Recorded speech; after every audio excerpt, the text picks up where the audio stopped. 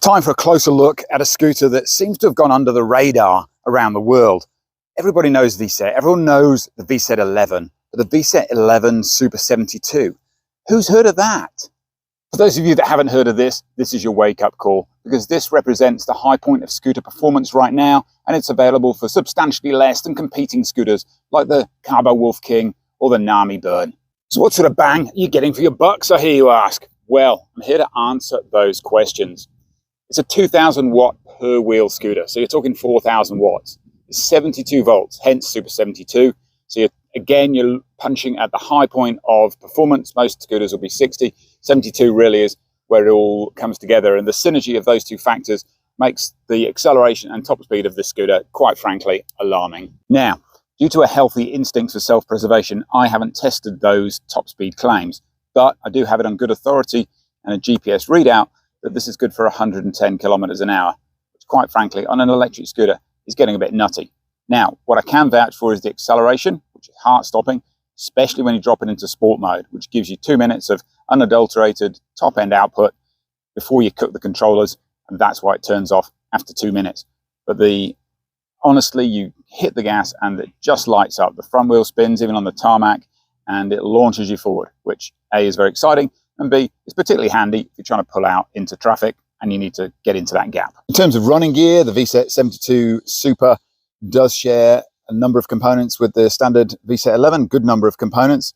We've got a twin rear shocks here, good sturdy springs. Now, it's arguably stiffly sprung with both the Vsett 11 and the Super. Great for heavier riders. Mid-weight riders would possibly find it a bit solid. They do soften up a little bit once you've ridden for a while. It is obviously a customizable component as well. But if you do like a really spongy, soft ride, then you might want to think about changing these shocks out. If you're a heavy rider, if you're 90 kilos plus, then it's perfectly sprung. It's got that nice stiff GTI feel, doesn't sag, doesn't bog down, and it transmits that power straight to the tires, straight to the road, and away you go. So in addition to the twin hydraulic rear shocks, we've got hydraulic front shocks, borrowing the rubber shock guards from our motorcycle manufacturer counterparts.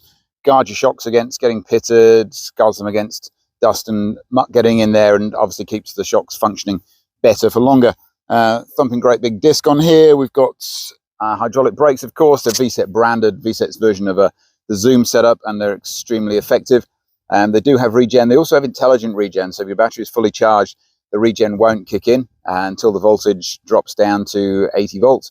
It'll charge to about 84 volts, 72 volt system, but they always charge, as you know, higher than is labeled on the scooter. So you're not packing charge into an already fully charged battery.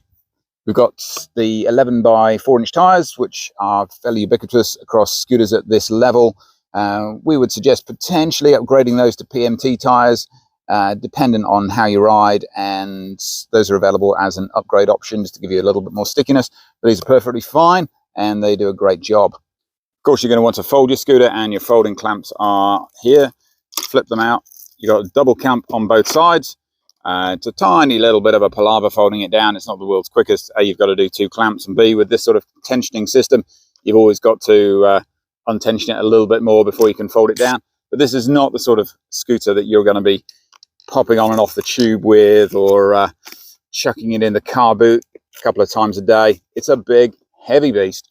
It's about 52 kilograms, and you feel every gram of that as you're hefting it around. So bear that in mind. This is really the sort of scooter you're going to be pushing out of your garage, riding, getting a huge grin on your face, and then tucking it safely back away in your garage again. An honourable mention for Vsett is developing an outstanding headlight. It has a main and a dipped beam. The dipped beam has a horizon cutoff, so it stops at a certain height level in a nice straight line so as not to dazzle oncomers, and it is super bright. So you can comfortably ride this down a completely black country path, and it'll be lit up like daylight. So keeps you nice and safe, helps people see you. Having a scan over the handlebar setup, you've got some wing mirrors this comes with, which you can see my artfully arranged tripod just displaying in there. Here's your speed controls in terms of your sport mode button and your dual drive, dropping you into front drive as well as rear drive mode. There's a TFT screen upgrade showing on this particular scooter. It does come with a standard side throttle, but a couple $100. You can have this beautiful, spangly, easy to read screen. We are in full bright sunlight, and I can guarantee that with the naked eye, you can actually read this pretty easily. It doesn't really come out on the camera with the reflection, but yeah, to the naked eye, this is a massive improvement over your side throttle setup with the integrated screen. We have the lever setup here, which you can also change your power levels, your gear levels up and down from the throttle control there. And these little nodules sticking out here are the indicator buttons. So tap on that, 9 seconds of indicator, and away you go. Another wing mirror on the other side here as well. And that is your dashboard setup.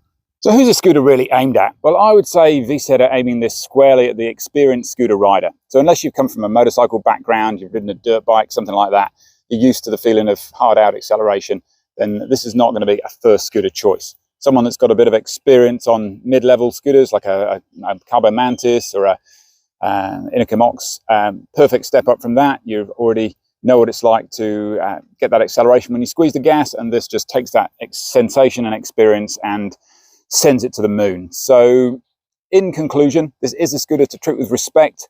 We do strongly advocate full protective wear when riding this. I know I'm standing here in my shirt sleeves saying that, but I'm literally just rolling around the corner from the shop to make this video. So if I'm out there doing a commute on this scooter, then it's definitely motorcycle jacket, motorcycle helmet, and treat it with respect and take care of it and take care of yourself out there. Thanks for watching the video.